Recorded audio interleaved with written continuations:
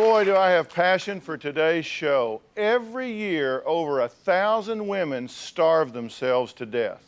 Millions more ruin their health and destroy their lives by denying their body's nutrition. They're battling anorexia and bulimia. I can't tell you why this happens, but there are lots of theories. No one has any simple answers, including me. What I do have is an email box full of questions and pleas from people who are scared to death. They're scared for their daughters, they're scared for their roommates, they're scared for their wives or their girlfriends or even their son or daughters, afraid that they have anorexia or bulimia. And they're saying, Dr. Phil, you've got to do a show on this. We've got to talk about this. It's happening younger and younger in our children's lives. I would rather die if I gained 10, 20 pounds. That's how I feel. I'd rather die than be fat. When I eat something, it makes me feel nasty, disgusting. I can't stand the feeling of food in my stomach, and I will do whatever it takes to get it back out of me. My eating disorder has affected my health in a lot of ways. I've been in the emergency room for throwing up blood. At my lowest weight, I couldn't stand up without being dizzy. It was very strange in college being in a fraternity and having a father who went to West Point and was in Vietnam to try and explain to him that your son's got what is considered a girl's disease. I've been bulimic for 12 years. Lowest weight I've ever been is 87 pounds. Shopping for clothes has always been extremely difficult for me. I've always usually had to go to children's clothing stores. When I look in the mirror, I see an overweight person who could stand to lose a few pounds and someone who's not pretty at all. Information is the best we can provide right now, because one thing I know for sure, ignorance about these disorders only leaves people more vulnerable to them and makes life for their loved ones even harder and harder to bear. 19-year-old Amber's been struggling with both bulimia and anorexia for the last 4 years, and it has absolutely torn her family apart. I always wanted to be thinner. I always wanted to look like all the other girls in the magazines. I used to just look at myself and just, God, you are just disgusting. My mom was always dieting, and so I would see her and think, maybe this is the right way to do it. I'm sure there are a lot of mothers out there that diet, and their daughters aren't anorexic or bulimic. And at first we felt that, it was just her being, like a health nut. But then after a while, they told us that was a form of what they call non-purging bulimia. And it turned into purging bulimia and then full anorexia. You guys, dinner's ready. I don't like having dinner with my family.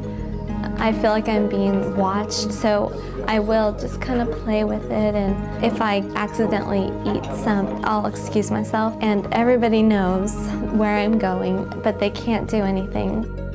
I've been to the emergency room 2 times since this, and the big one that when I went was my heart started racing, and I got dizzy, and I felt like I was gonna die. I wake up in the middle of the night, I get up, I go in, and I check on her. And I just move her a little bit to make sure that she's still breathing and she isn't dead. I'm tired all the time. I had stopped having periods for a year. They said that I run a risk of not being able to have kids because of that. Last year we got her accepted into an outpatient hospital program, and she just did not want to do it.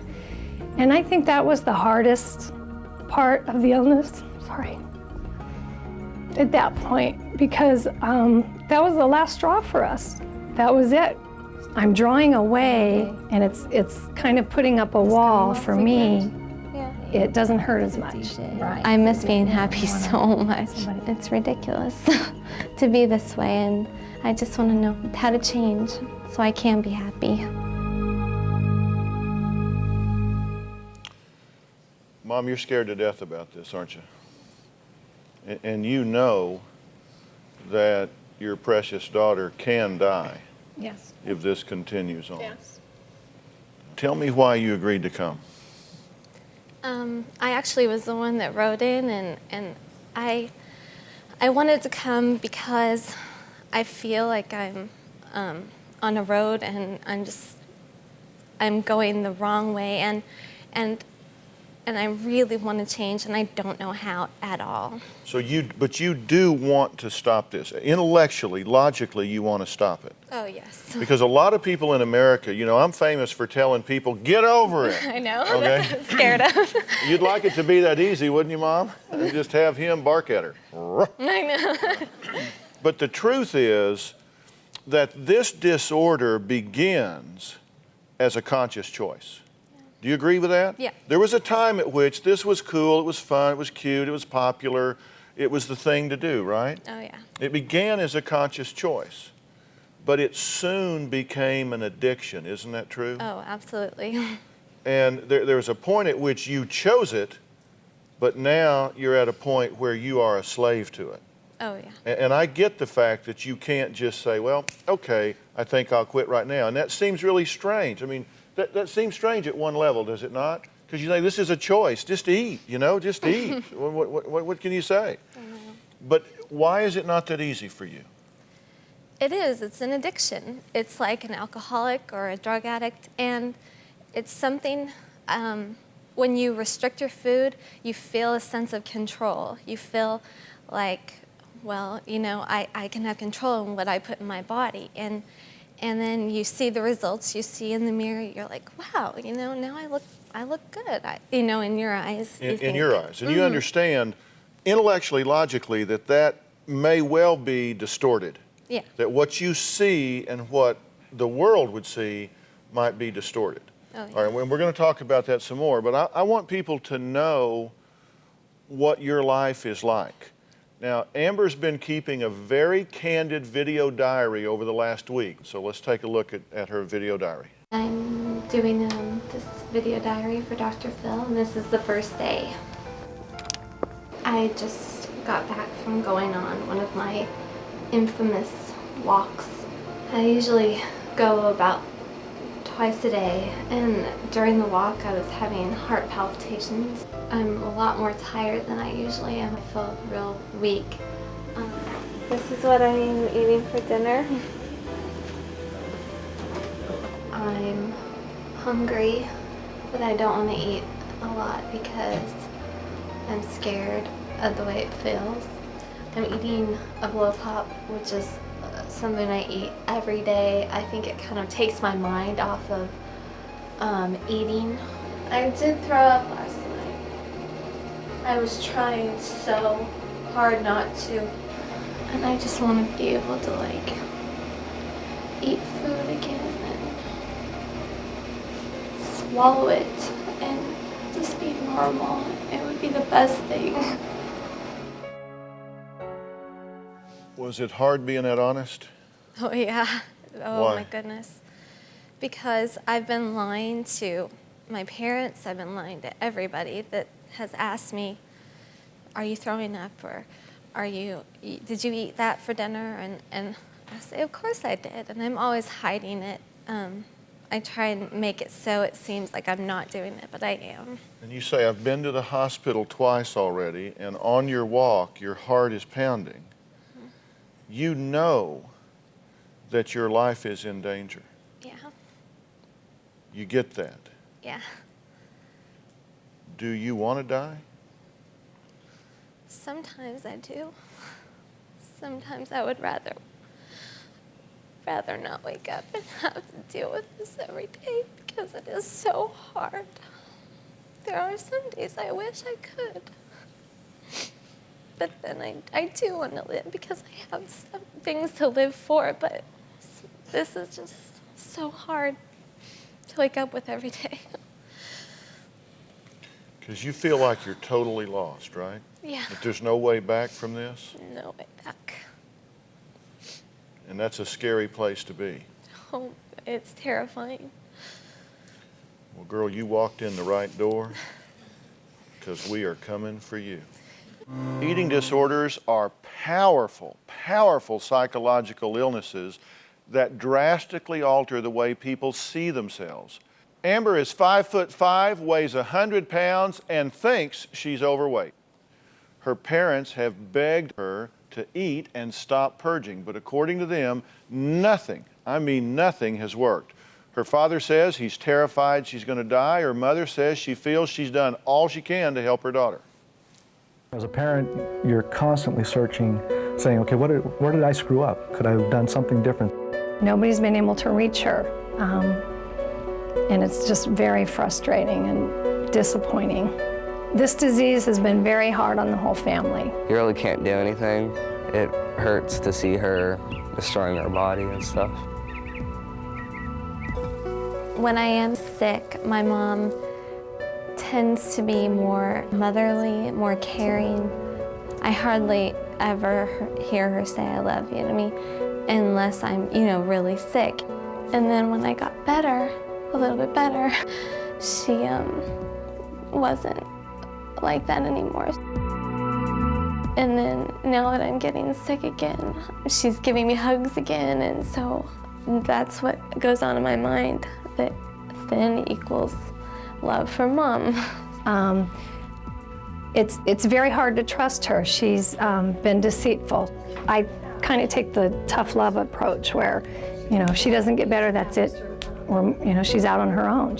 My husband is the more sympathetic one. He doesn't want to give up. He wants to keep trying. See you later. Bye. It's been so devastating as a parent to watch her just wither away, just become a different person.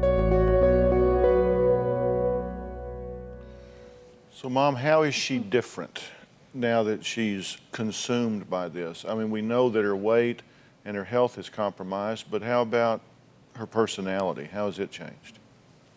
She's not as happy as she used to be. She's more depressed. And what have you tried with her?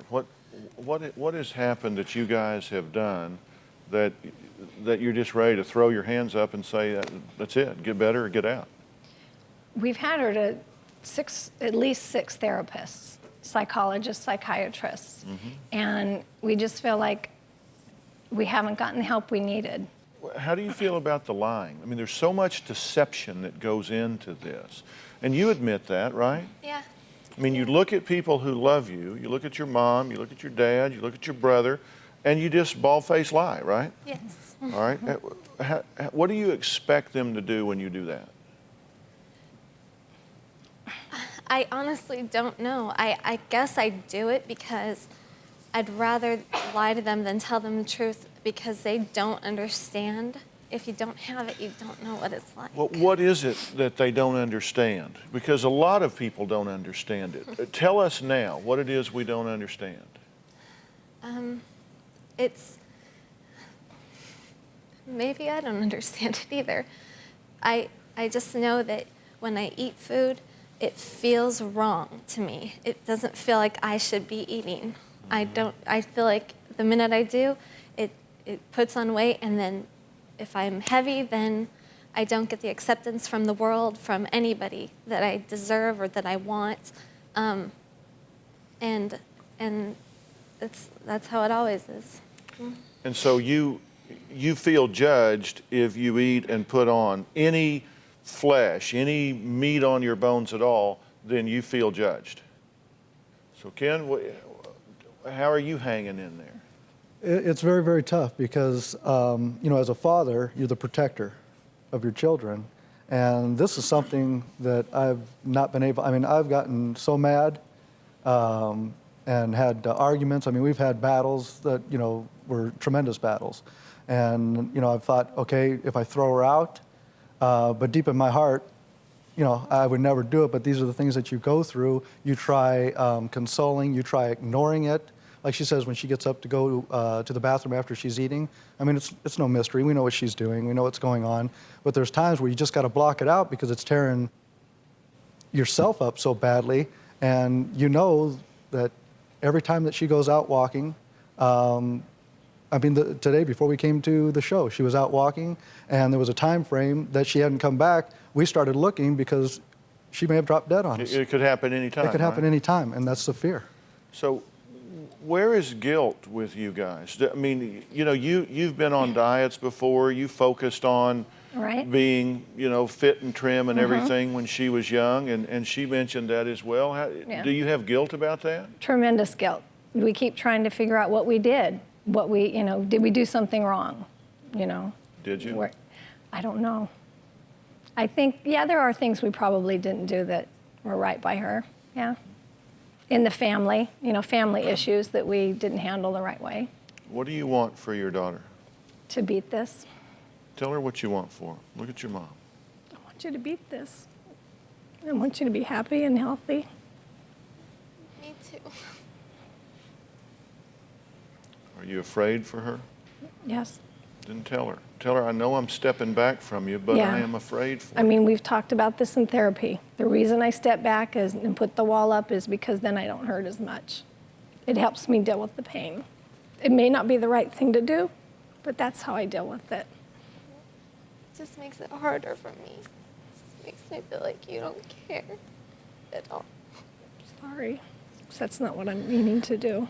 I know. Do you need your mom to stay plugged in here? Oh, more than anything. What's going to happen if you lose her support? Tell her. Look at her. If I lose your support, I don't have any friends really, and so I need my mom. And I'll probably just go deeper into this and end up on my own, and you know, I don't know what'll happen to me, honestly. I don't. Sure you do. Tell her what'll happen to you if you continue this. You know it logically, intellectually. Tell her what'll happen if you continue this.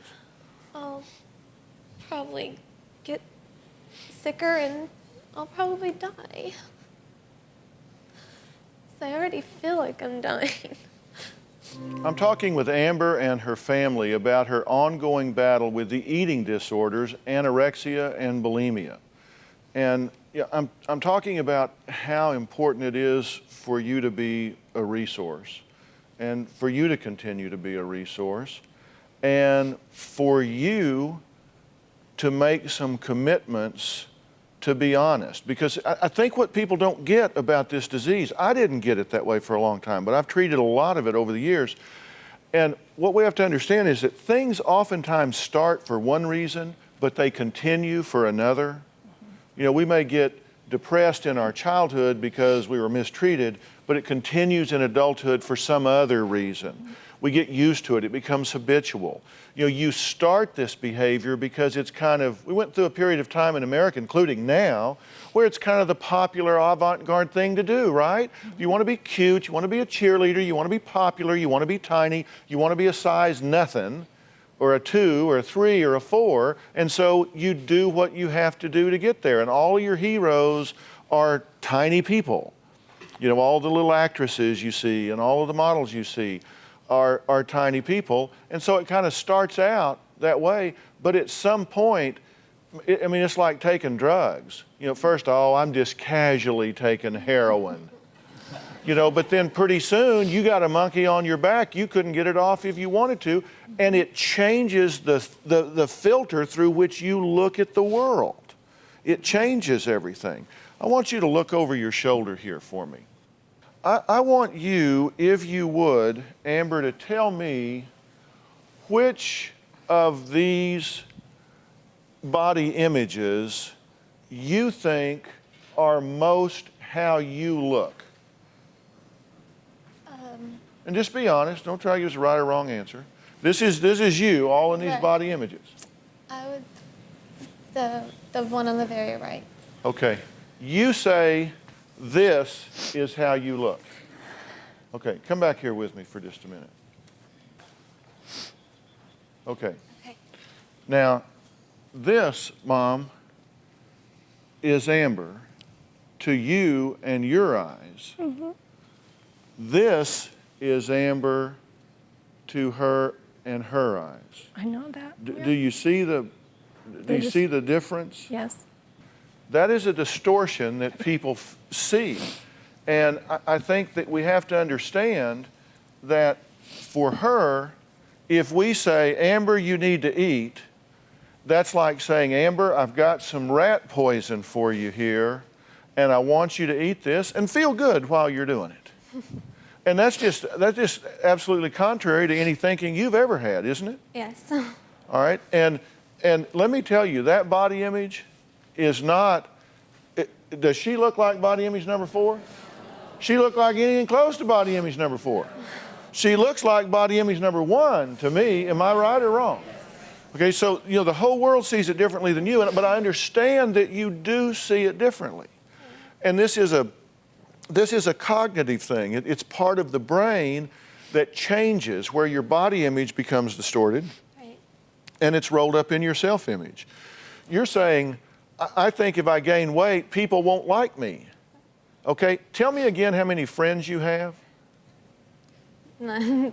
A couple, like 3 or 4. Yeah, you just don't have many friends, do you? You're just like not Miss Popular at the mall or at school or anywhere, because it's not part of your lifestyle. You can't be secretive and self-destructive and be around healthy people, because they want to go eat pizza and pig out, right? That's exactly it. What you're saying is, if I gain any weight, I won't have any friends, but since I become anorexic and bulimic, I don't have any friends.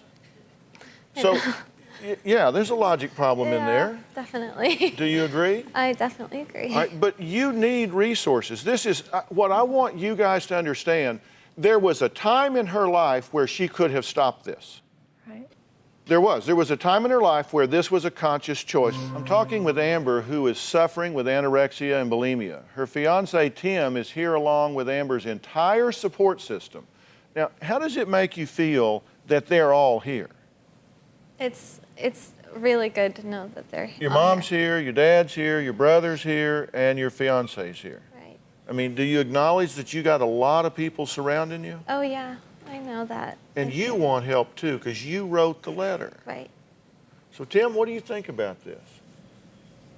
It's a challenge every day, and it just takes a toll on you every day as you see her and just see how much she's struggling and how you can't help her. There's nothing I can do to help her. So you feel helpless? Totally helpless. So why buy into all this trouble? I don't know. When I first met her, she was so full of life and so just such a beautiful spirit. And I fell in love with her. And then a few months later is when it all started, that I really saw it. And after I fell in love with her, there was no stopping. Yeah. So Matt, are you frustrated as well? Yeah. Why? What do you think about this? You said on the tape you can't even do anything.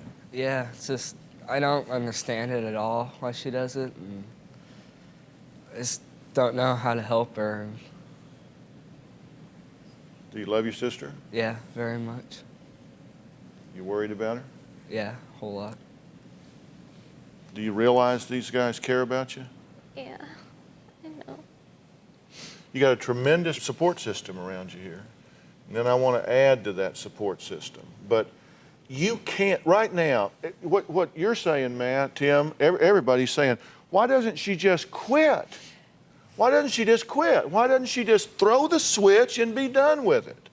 And we'd love for that to happen, but you can't make that choice right now. I get that, but you can make some choices, and I've written down some choices that I want you to make and that I want you to agree to, okay? Okay. What I want you to do is I want you to start with little switches.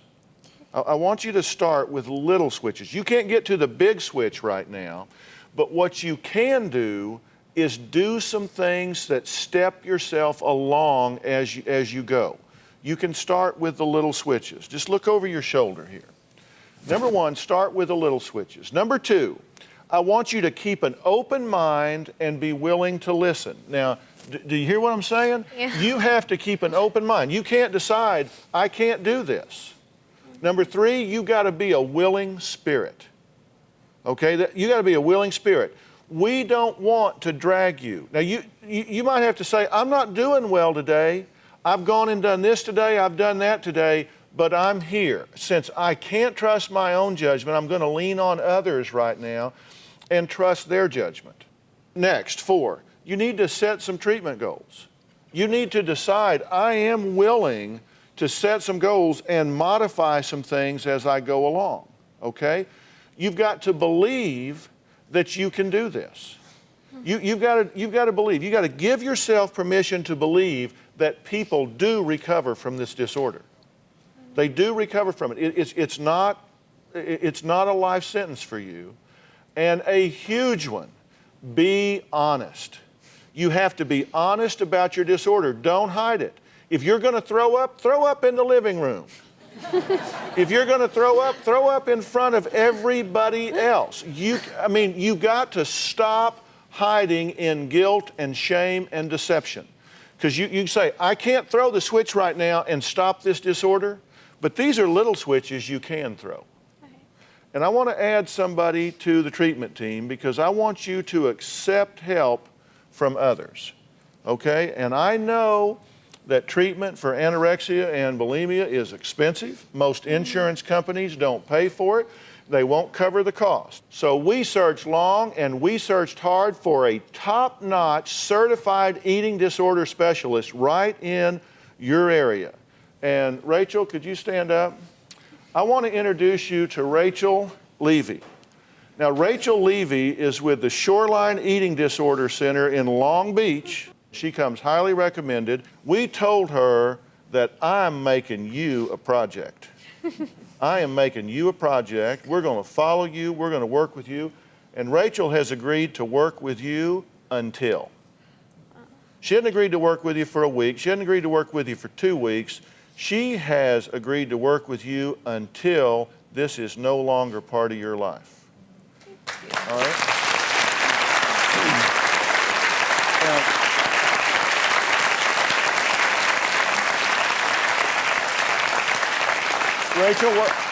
Rachel, what would you like to say?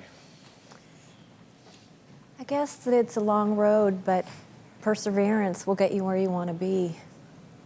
Is this treatable? Absolutely. Is it possible to take this out of her life? Absolutely, as long as she doesn't give up. That's right. And what that means is you can't quit. I know. Because let me tell you, you make an appointment with her and break it, you're going to have me to deal with. Okay? You're going to have me to deal with. You think you lose your appetite now. You do not want this lady to come down here and offer this and agree to work with you on national television and track you, and then you don't show up because you don't feel like it that day. You go whether you want to or you don't. You go whether you like it or you don't. You go whether you feel like it or you don't. You go avail yourself of help. And Mom, you don't get to quit. I don't want to. You don't get to give up on her. You don't get to quit. Listen to your husband.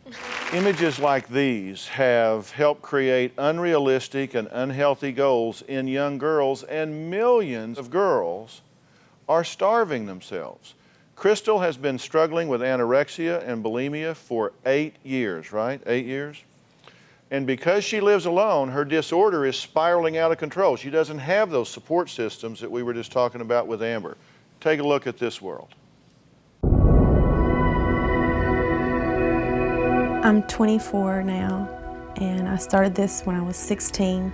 My best friend was bulimic, and I asked her to show me how to do it. I always have that voice in my head counting calories and how much I need to lose and how much to exercise. This is my eating disorder kit, which in it I have diet pills, laxatives, water pills, and lipstick for after I throw up. This is usually what I eat. After I eat, this is my purging bowl that I throw up in, and I can measure the amount that I took in versus the amount that I was able to purge.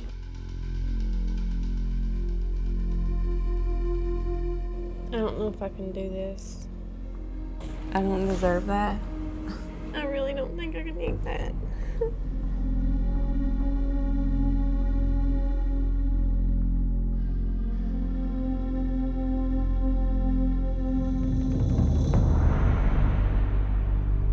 All I see is fat everywhere. This is my little friend I named Anna. If I don't eat, then I can look like this. Sometimes I feel like I just want to starve until I disappear. I feel like this eating disorder will be with me until the day I die. I lost all my friends to this. I don't have anybody. I don't talk to anybody. I don't talk to my family. Nobody. It's just me and this eating disorder, that's it. DrPhil, if you can't help me, maybe somebody out there watching will listen and will learn something about it, and they'll get help. How do you feel about watching that tape? Watching your life right before you? I don't like the scenes where I showed all my fat. It's embarrassing. So out of all of that, what you respond to is you don't like the scenes that showed your fat. You didn't mind your vomit bowl. You didn't mind your head down over it. You didn't mind curled up in a fetal position on the couch like a lost soul. What you worried about was your fat. Yeah. Really? Does that seem logical to you? No, it doesn't. Not at all. And how did this start with you? Initially, my best friend was doing it, and she taught me how to do it. We would do it together, just binging and purging together after school every day. It was like competition who could throw up the most. But then she quit after a couple of months. So this started as a game, just fun with you and your friend. Mm-hmm. Was it fun? At first, it was. Yeah. How much fun is it now? It's not fun at all. But when you saw the 4 body images that we put up earlier with Amber, did you watch that? Yeah. Where did you see yourself on the skin? I'm definitely the far right. You're definitely far right. Definitely. You just gross out fat to you, is that right? Yeah. Is that because you're not a very good anorexic or what? No. If I was good, then I would be skinny. Right. And tell me this, what is it in your mind that makes that so important to you versus the other aspects of your personality? It seems that body image has taken over importance for self-image. Would you agree with that? Yeah. Just, I guess, through the years of doing it, it became a normal routine for me. Right. And after a while, my focus completely was on the eating disorder. Nothing else mattered. Nothing was as important to me. So you're a slave? Yeah. You're a slave to it. I mean, this is your reason for living. Mm-hmm. You are your eating disorder. Yeah. What about the other characteristics of you? What about the fact that you have a personality and a mind and things to offer and give? Do you recognize any of those skills and abilities in yourself? No, I don't have any. You just don't have any. No. So this eating disorder is like a not very good old friend. It's the one thing you have in your life that you control, right? And do you understand that there is a biochemical side to this, that when you are as malnourished as you are, when you go through what you're going through, that it can change your brain chemistries, it changes your serotonin levels, which affects so much of what you do. It affects energy, it affects your emotions, it affects so much of your personality. Have you learned about those things to know that your body may be sending you really bad messages? Yeah. And that your brain may be interpreting things in a real distorted way? Yeah, I understand that, but I don't know what to do to make it better. Do you want help? Yeah. If I don't, it's going to kill me. If I arranged help for you, like I did for Amber, where you live, would you do it? Yeah. Pardon me? Yeah. Pardon me? Yeah. You would do it if I arranged that help for you? Yeah. Well, that's good. Because I want to tell you about Dr. Laura Humphrey. She is a nationally known expert on eating disorders, and she's at the University of Kentucky College of Medicine and has offered to follow up with you when you get home, starting as soon as you get home. And I know that you can always say, well, this is a tough row. As you say, Rachel, it's just a long walk. It takes so long to get there. There's a lot of work to be done. But she has agreed to continue to work with you until you are mentally and physically able to function on your own, free of this disease. I've made that arrangement for you. Will you do that? Yeah. Yeah.